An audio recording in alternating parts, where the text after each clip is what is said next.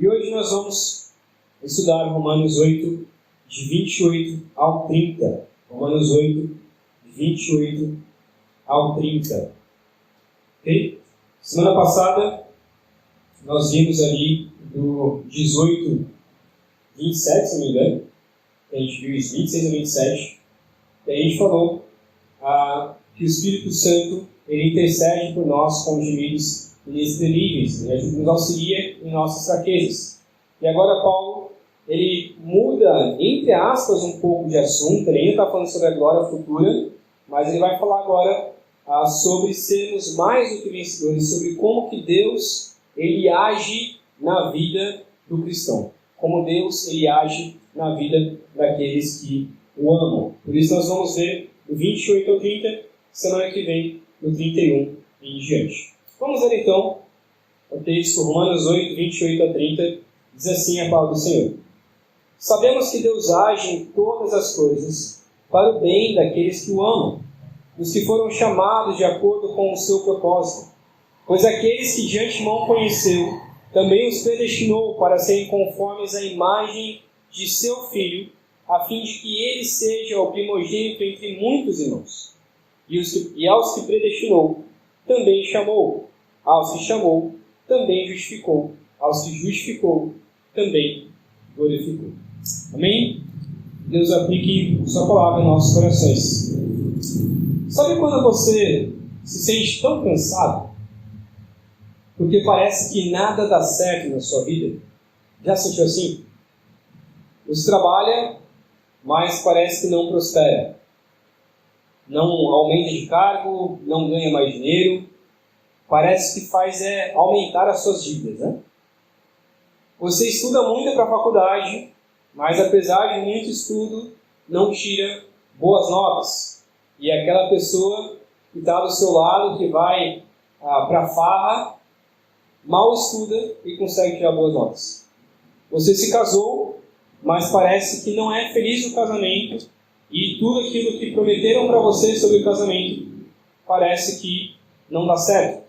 Você teve filhos, mas eles te dão tanto trabalho que às vezes você pensa que era melhor não ter filhos.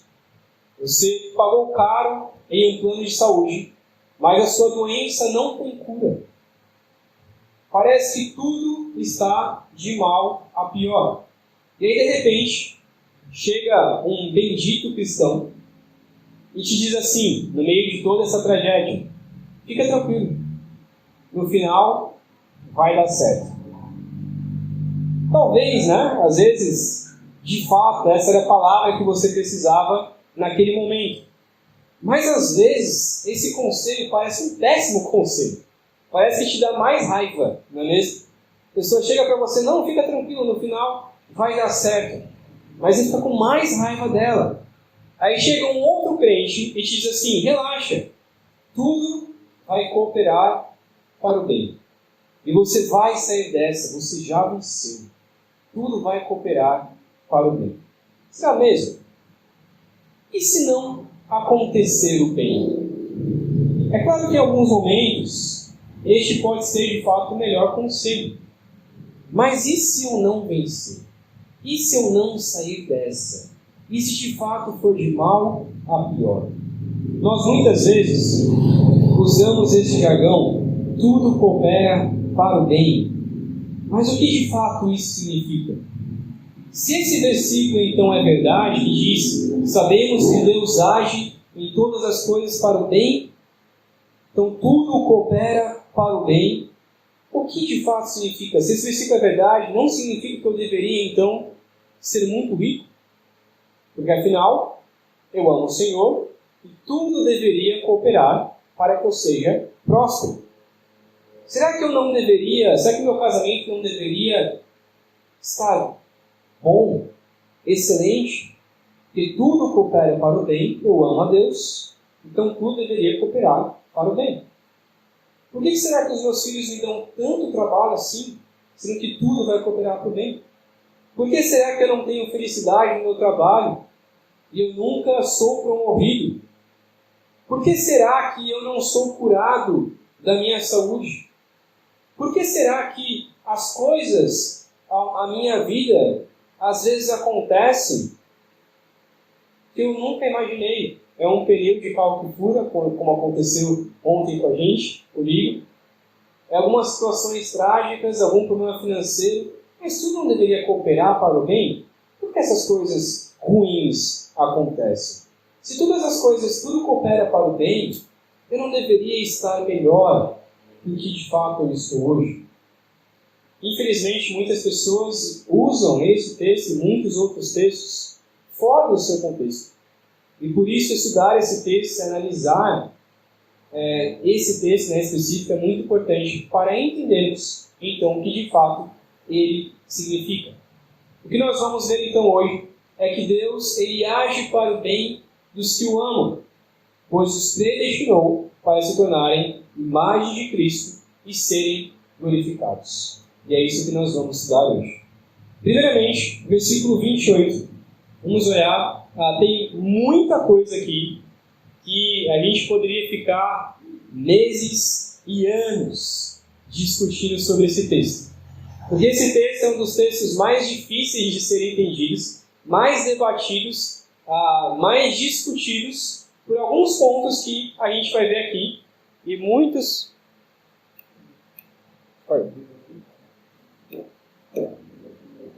a bateria.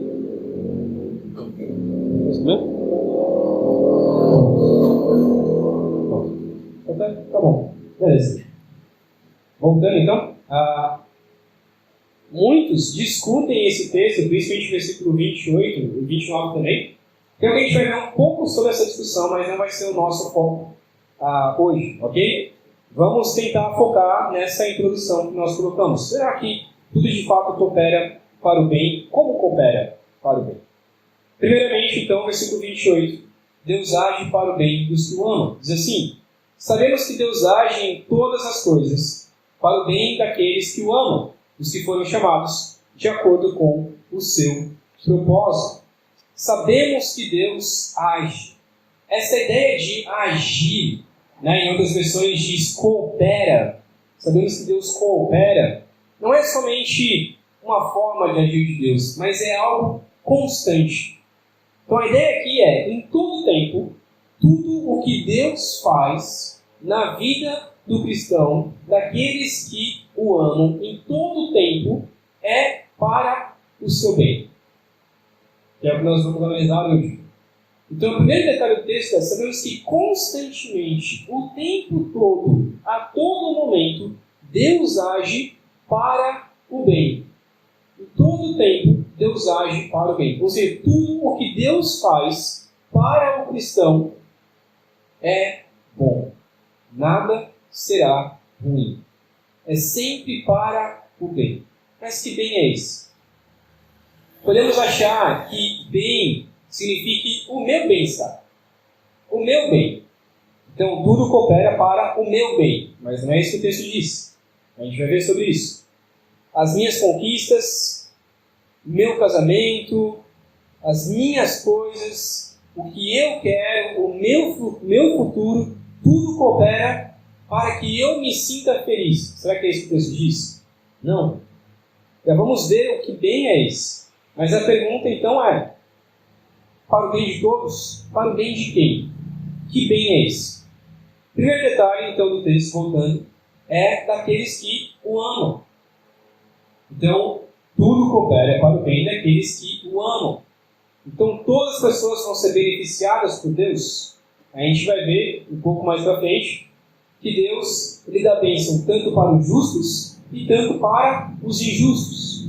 Mas para aqueles que o amam, tudo que Deus faz vai cooperar para este bem.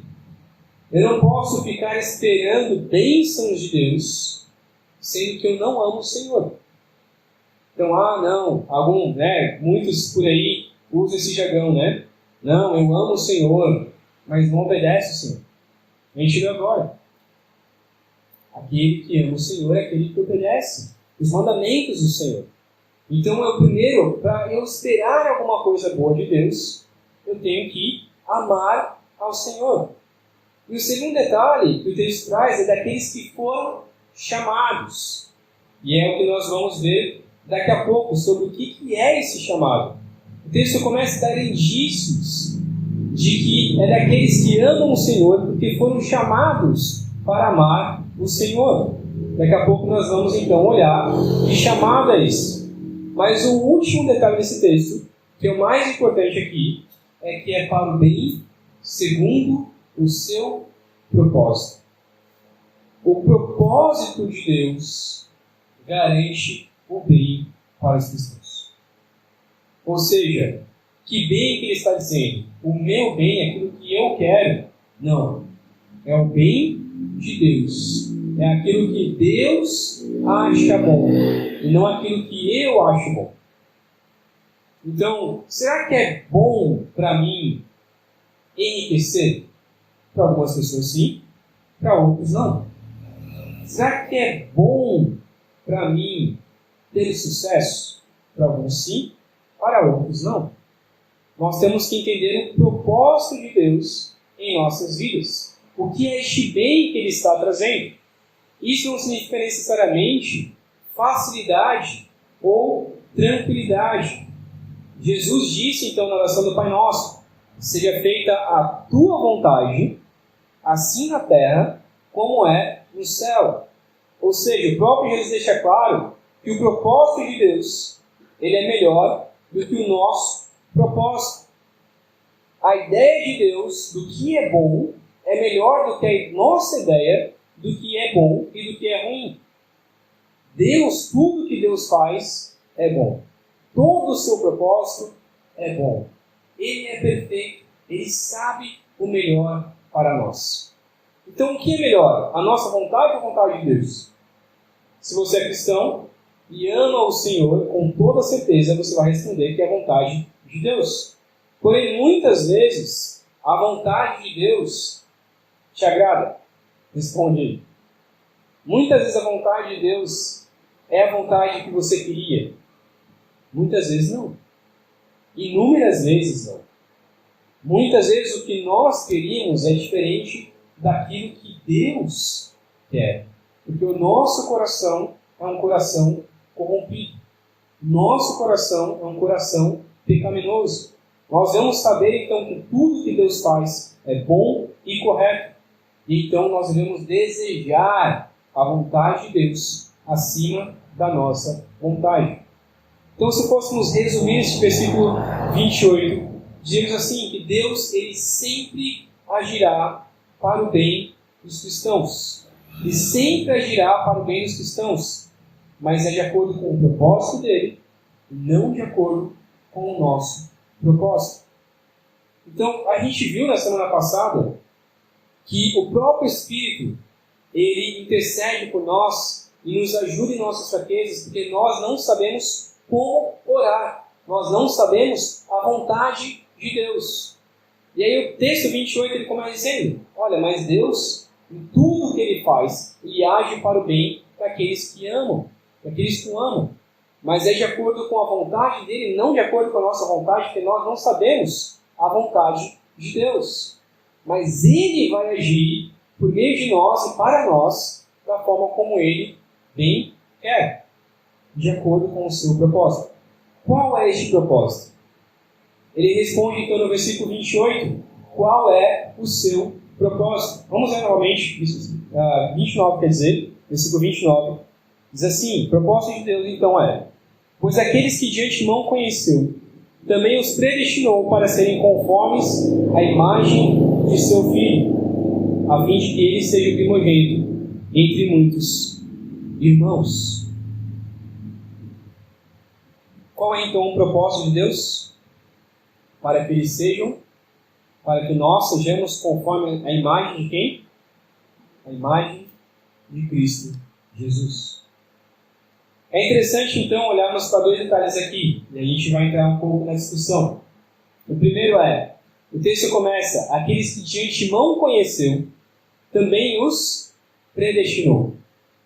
Aqui começa uma discussão muito grande na área da teologia, não sei se você conhece essa discussão, mas existem duas visões aqui, e eu vou explicar brevemente, não vou entrar nessa discussão, mas só para deixar claro de acordo com o propósito aqui do nosso texto.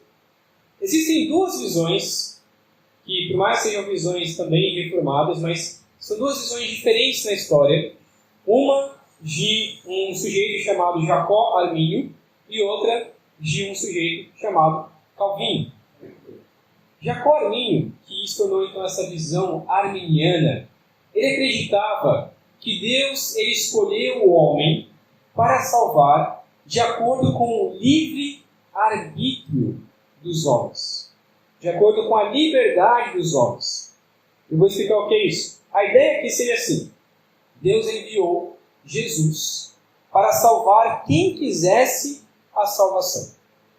O homem escolhe se quer a salvação ou não. Deus, olhando então para o futuro, vendo quem vai querer a salvação, escolhe aqueles que querem a salvação. Parece confuso, né? Mas a ideia é a seguinte: é como se Deus colocasse a salvação aqui na mesa e falasse: olha, quem quiser a salvação, pega. E aí, eu quero, eu quero. Aí vai ter os outros que vão dizer assim: não quero. Aí Deus, ele olhando para quem quer a salvação no futuro, vai predestinar aqueles para serem salvos. Qual o problema desse conceito?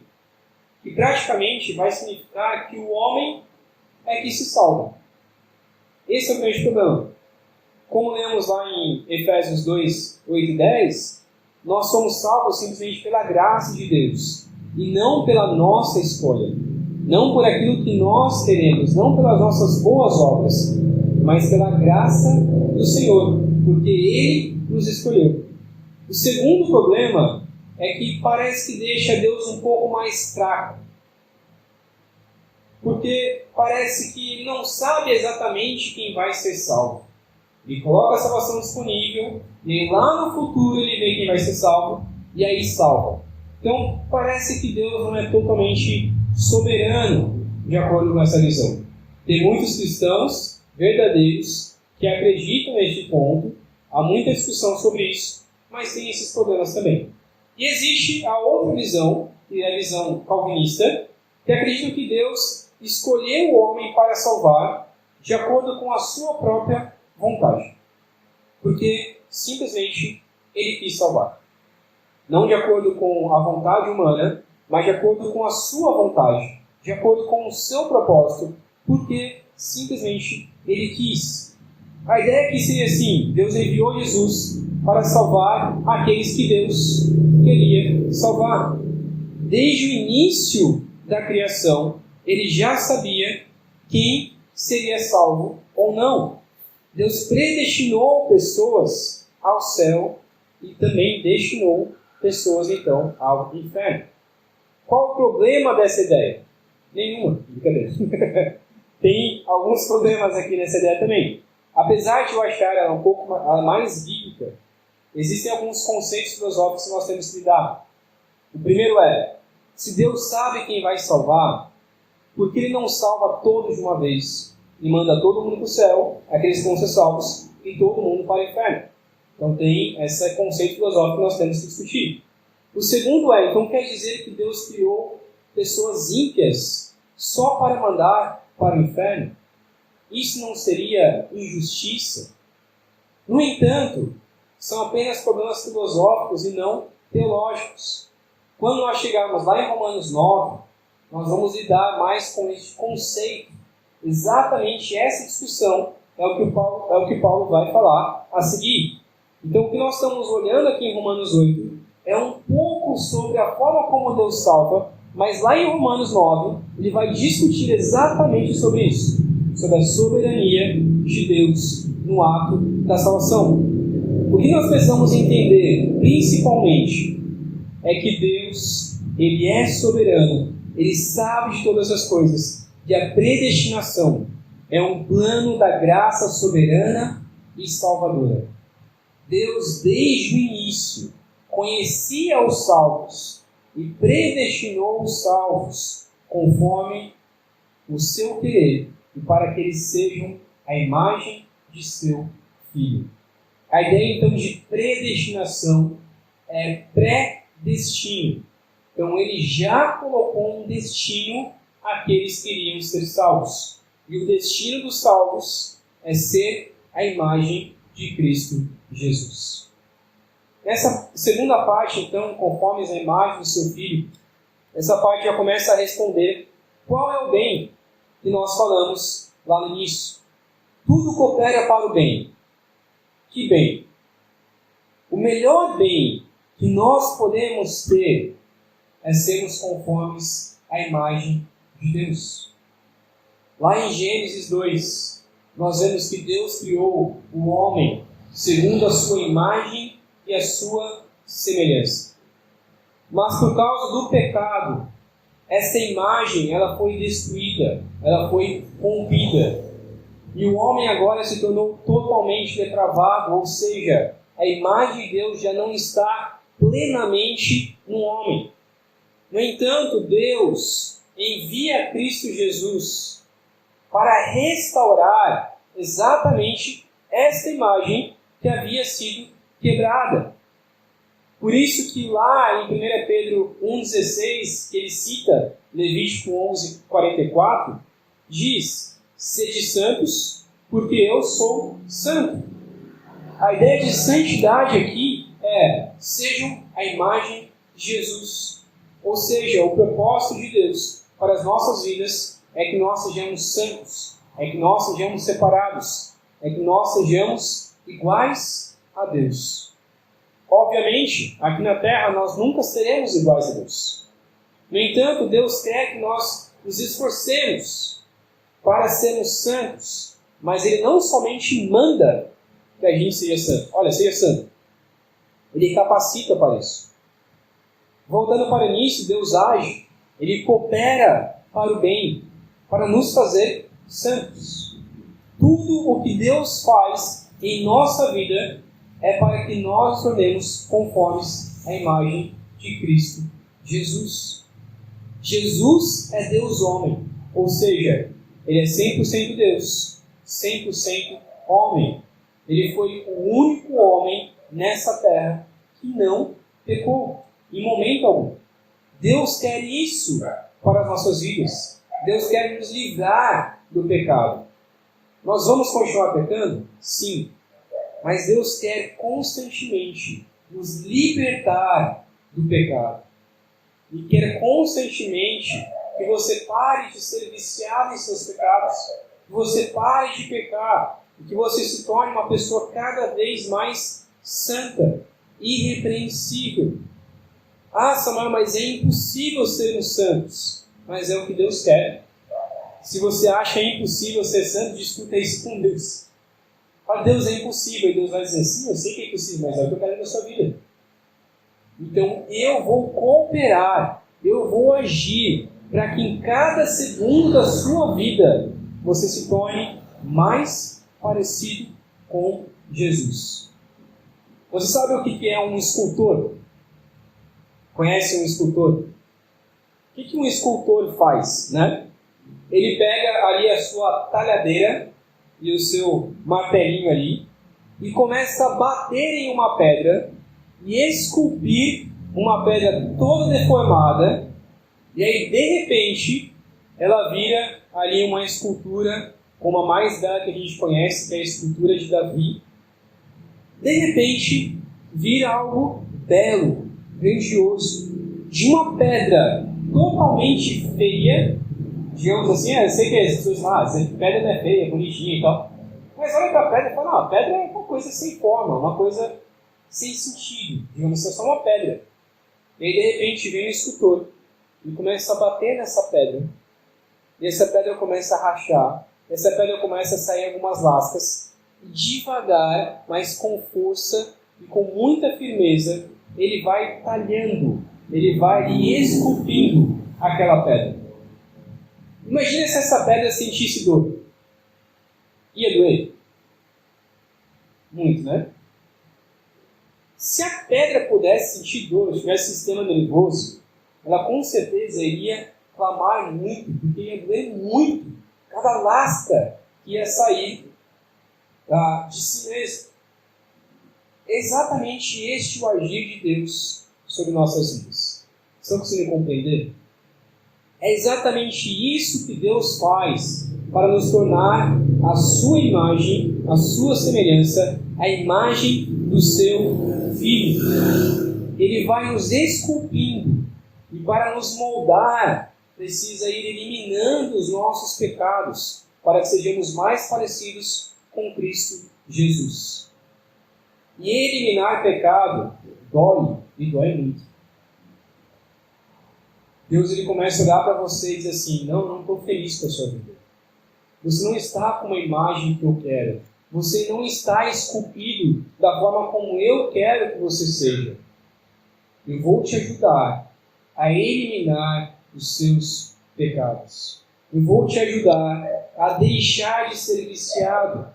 Eu vou te ajudar a deixar de mentir, a deixar de se irar, a deixar de ser orgulhoso, de ser egoísta, de ser arrogante, a deixar os seus pecados sexuais, a deixar tudo que tem atrapalhado a sua vida e o seu casamento.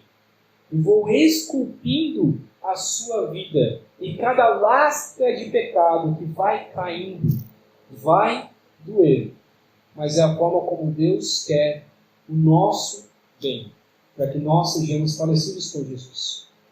Por isso que nós lemos para o texto lá do 28, sabemos que Deus coopera para o bem. Que bem? O nosso bem. Mas é o bem que eu quero? Não, não é o bem que eu quero. É o bem de Deus. E este bem de Deus dói em nossos corações. E por isso que ele se torna, então, o primeiro dos nossos irmãos, ou seja, o único que é 100% santo, e Deus quer que nós sejamos também 100% santos. Ele se torna, então, o nosso alvo de sermos parecidos, sermos cópias de Jesus. E Deus, então, vai nos esculpindo, vai trabalhando em tudo para que nós sejamos parecidos. Eu sempre cito esse exemplo. Um conhecido meu, cristão e tudo mais, ele dizia assim: Samuel, eu nunca peço paciência para Deus. Porque se eu pedir paciência, Deus vai me dar alguma situação que eu tenha que exercer paciência. E por isso eu nunca peço. Olha o conceito que a pessoa tinha. Mas esse conceito, muitas vezes, é o nosso conceito. Eu não vou pedir para Deus para que eu seja mais paciente. Porque Deus vai me dar uma circunstância. E aí vou ter que trabalhar nessa circunstância para ser mais paciente. Eu não vou pedir para Deus restaurar o meu casamento. Porque se eu pedir para Deus restaurar o meu casamento, Deus vai me dar algum problema, alguma situação, e eu vou ter que ser forte e firme para conseguir restaurar. Eu não vou pedir para Deus, enfim, para ser menos egoísta. Porque é que nem a gente age com criança, né? Como que você ensina uma criança a ser menos egoísta? Vai ter que compartilhar o seu brinquedo com o seu amiguinho. Ela vai olhar e falar assim: tá bom, eu vou compartilhar o meu brinquedo com o amiguinho. Com certeza não. Ela vai chorar, ela vai se espernear, ela vai brigar, mas você começa a ensinar ela: olha, vai doer. Vai ser difícil você compartilhar o seu brinquedo, mas você precisa aprender a compartilhar. Deus age da mesma forma com a gente. Deus vai nos ensinando, nos moldando a imagem de Cristo Jesus. E por fim, versículo 30. E aos que predestinou, também o chamou. E aos que chamou, também justificou. Aos que justificou, também glorificou. Deus, então, quer nos salvar, quer nos predestinar para sermos a imagem do seu Filho, para sermos também glorificados. Nosso fim é que sejamos, então, glorificados. Aqui diz, então, Deus começa dizendo, né? Aos que predestinou, também chamou. Aquele que Deus predestinou são finalmente, então, chamados ou convocados de modo eficaz. O que significa? Deus, então, olha e ele diz: eu vou salvar a Priscila, eu vou salvar a Dália, eu vou salvar o Augusto. Ele escolhe aqueles a quem ele quer salvar e os chama, e os convida a então receberem a salvação. Mas esse convite não é um convite de, olha, se você quiser, está aí. Não, esse convite é eficaz.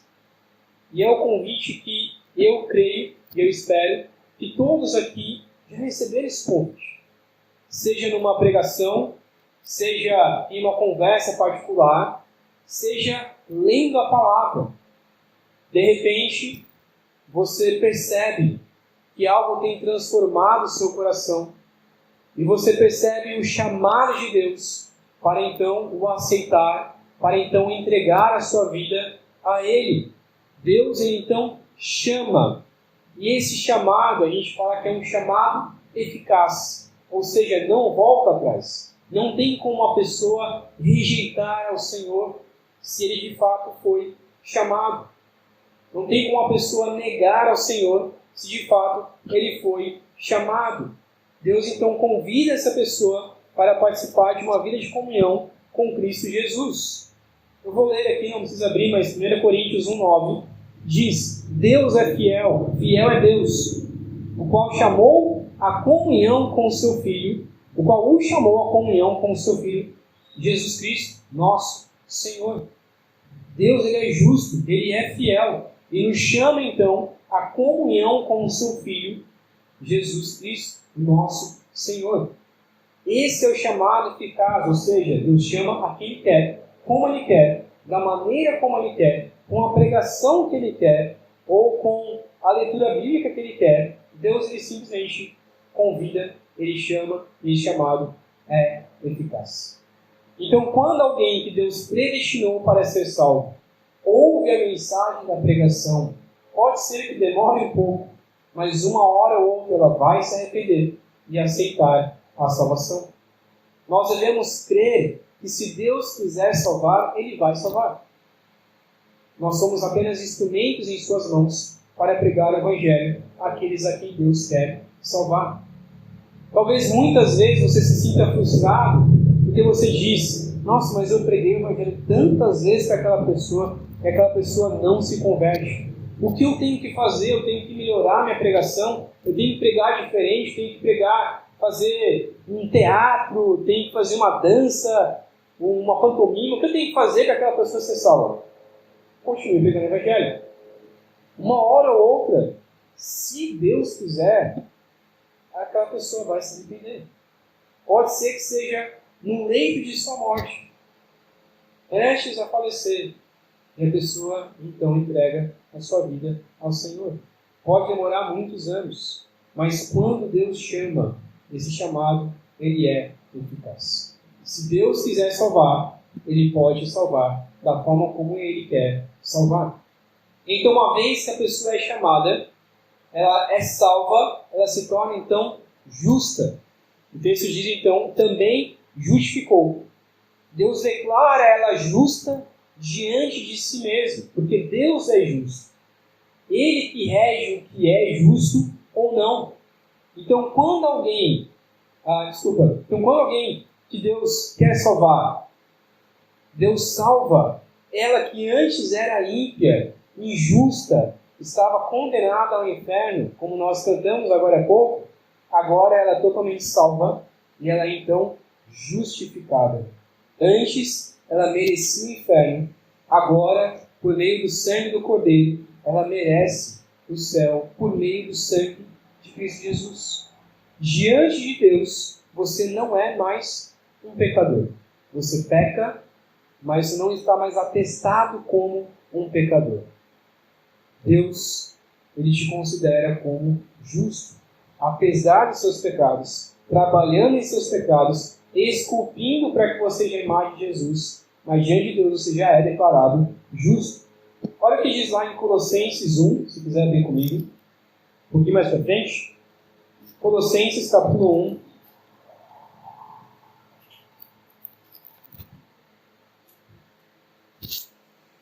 Versículo 21 ao 23. Colossenses 1, 21 ao 23.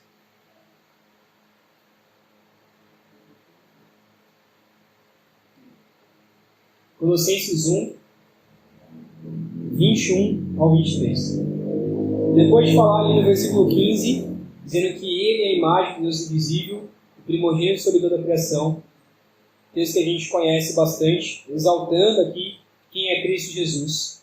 Versículo 21 ao 23 diz assim: Antes vocês estavam separados de Deus, e na mente de vocês eram inimigos por causa do mau procedimento de vocês.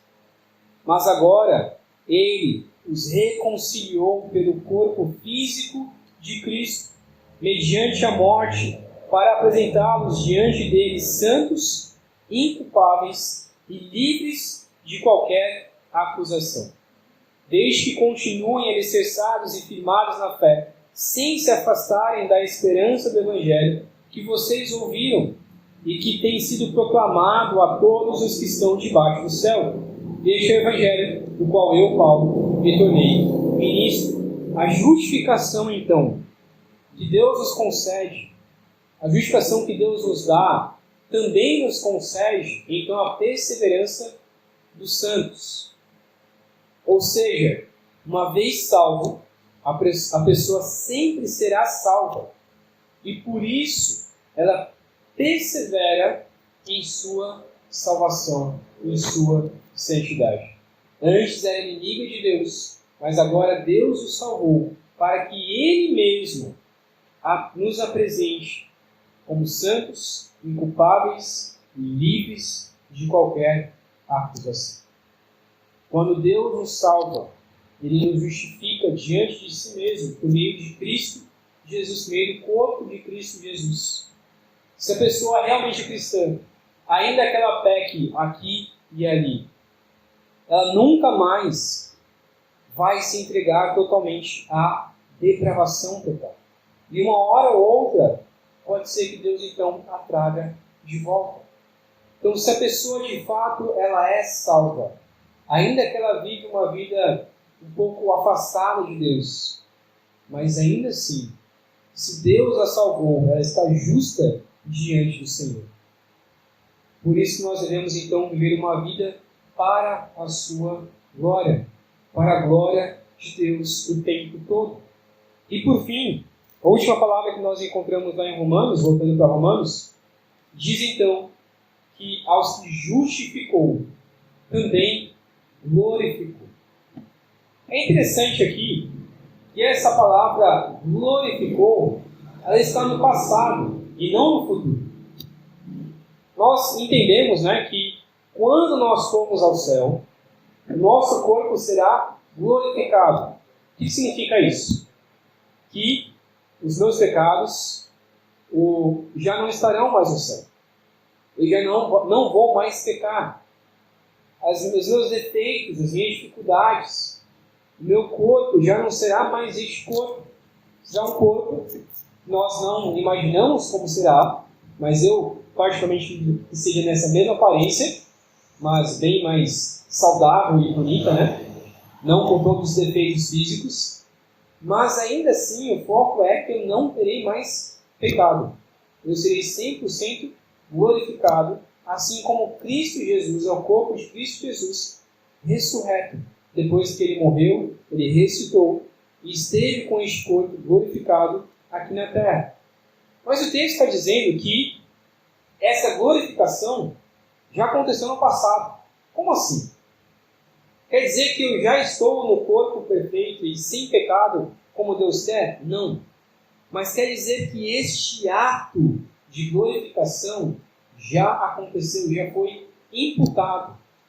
Mas ele está sendo aguardado por nós, até que finalmente, no dia de Cristo Jesus, essa obra seja completada. Lembra do versículo 29? Deus trabalha e nos predestina para sermos conformes à imagem de Cristo Jesus. Qual que é a imagem de Cristo Jesus? A nossa glorificação. Seremos 100% glorificados. Quando nós tivermos um novo corpo que não pode pecar, este corpo, esta alma sem pecado, é a imagem de Cristo Jesus em nós. Já foi declarado na vida do cristão que ele será glorificado. E nós estamos então aguardando isso. Como assim? Lembra quando Paulo, lá aos Coríntios, chama-os de santos? Olha, vocês são aos santos que estão em Coríntios. E Deus diz, sejam santos porque eu sou santo. Significa que nós já somos santos, mas ainda estamos aguardando o dia em que seremos 100% santos. Nós já somos declarados justos diante de Deus, mas ainda estamos aguardando o dia em que seremos totalmente justos, em que nunca mais iremos fazer nenhum ato de injustiça.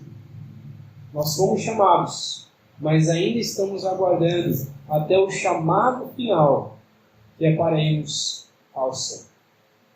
A salvação, então, nos concede este já e ainda não. Já aproveitamos da predestinação, já aproveitamos da salvação, já aproveitamos da justificação, da glorificação, mas ainda estamos aguardando até o dia final, onde seremos perfeitamente a imagem de Cristo Jesus. Olha o que diz lá em Filipenses 1,16. Filipenses 1,16, se quiser marcar na sua Bíblia, esse texto é muito bom.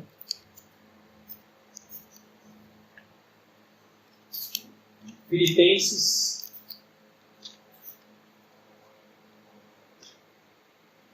1,16. Vale a pena você marcar na sua Bíblia.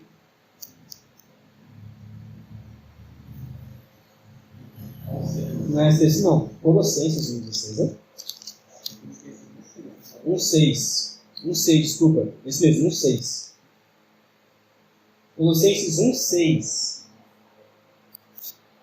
Diz assim: estou convencido de que aquele que começou boa obra em vocês vai completá-la até o dia de Cristo Jesus. Estou convencido de que aquele que começou boa obra em vocês vai completá-la até o dia de Cristo Jesus. Que obra é essa? Destinação, chamado, justificação, glorificação. Deus, Ele começou essa obra. Deus começou a nos esculpir.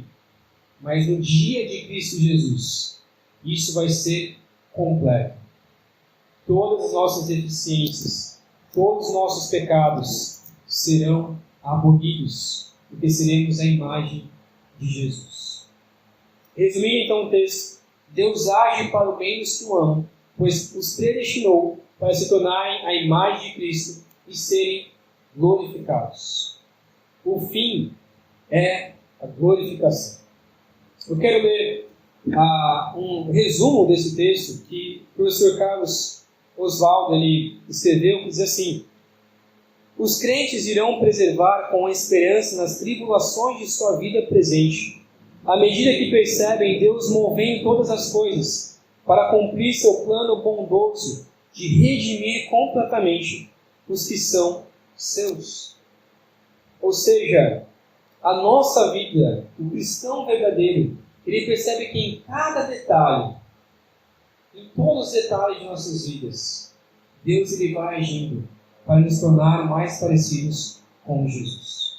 Se nós tivermos olhos espirituais, o pneu furado do carro, a moto da frente que te cruza, a pessoa que te xinga na rua, em todo momento, qualquer coisa que aconteça, qualquer mal que aconteça em nossas vidas, se nós tivermos olhares espirituais, nós vamos começar a perceber que Deus está usando esses meios, que Deus está fazendo com que essas tribulações de nossas vidas cooperem para nos tornarmos mais parecidos com Jesus. O bem de Deus pode ser que não seja o nosso bem. Pode ser que não seja aquilo que nós queríamos, mas Deus vai agindo para que sejamos parecidos com Jesus. Podemos então concluir que nós podemos glorificar a Deus por esta obra que Ele faz em nós. Quando Deus nos salva, não é para simplesmente termos uma vida boa, para recebermos umas bênçãos aqui e ali. Quando Deus nos salva, Ele nos transforma dia após dia. Os purifica, nos torna santos, nos lapida para sermos a imagem de Jesus até o dia de sermos completamente perfeitos no céu. Esta é a obra da redenção de Deus em nossas vidas. Devemos glorificar a Deus, nos alegrar por isso todos os dias. E é o que deve nos motivar a continuar vivendo como cristãos, amando a Deus acima de todas as coisas. Eu gosto muito de dois textos, e esses dois textos se completam, que falam sobre a nossa alegria em glorificar ao Senhor. Eu vou ler esses dois textos, não precisa abrir, mas primeiro está em 1 Coríntios 10:31, que diz assim: assim, quer vocês comam, bebam ou façam qualquer outra coisa, façam tudo para a glória de Deus. Nós podemos fazer todas essas coisas para a glória de Deus, porque Deus nos salvou. Quer a gente coma, quer a gente beba, quer a gente faça qualquer outra coisa.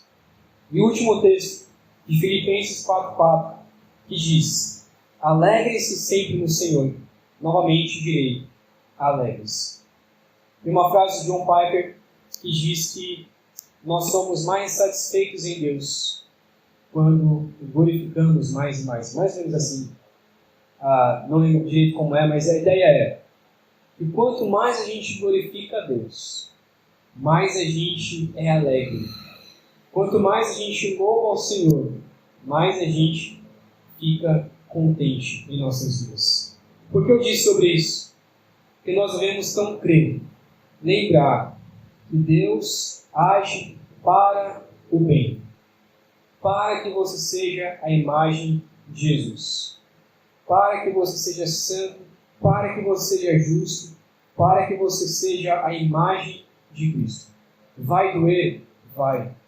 Mas isso vai trazer uma alegria imensa. Isso é o que vai te fazer alegre e conseguir entender a graça de Deus todos os dias de sua vida e glorificar ao Senhor o tempo todo. Na semana que vem, eu queria já te recomendar a ler esse texto, pelo 31 para frente, que vai nos falar justamente no versículo 35. Quem nos separará do amor de Cristo?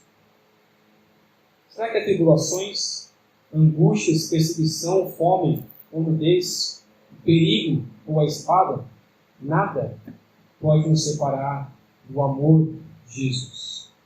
Porque Deus usa essas coisas, a tribulação, a angústia, a perseguição, a fome. Deus usa essas coisas para que sejamos como Cristo Jesus. Amém? Vamos orar. Pai querido, queremos glorificar o seu nome, por lembrar do ato soberano, por lembrar de como o Senhor nos salva, como o Senhor quis nos salvar. Pai querido, nos lembre dessas verdades todos os dias de nossas vidas, para que possamos glorificar ao Senhor em tudo o que nós fizermos. Possamos lembrar como fomos salvos. Possamos lembrar do dia em que entregamos os nossos corações ao Senhor. Possamos lembrar do dia em que o Senhor nos chamou para sermos justos, para sermos glorificados. Ó Pai, nos ajude a termos alegria na salvação. Nos ajude a perseverarmos como santos. Nos ajude a largar os nossos pecados. Faça o teu trabalho em nós, ó Pai. Por favor, realmente, o Senhor possa nos esculpir para que sejamos a imagem de Jesus, mesmo que doa, mesmo que seja difícil, mesmo que a gente passe por tribulações, mas que nós possamos entender que tudo tem cooperado para que sejamos como Cristo Jesus. É o que nós damos, em nome do seu Filho amado, pedindo também a sua graça sobre nós, pedindo que a graça de Cristo Jesus, que o amor de Deus Pai e o consolo do Santo Espírito esteja conosco hoje e para todo sempre. Procuramos. Amém. Deus abençoe, irmãos. Uma ótima semana.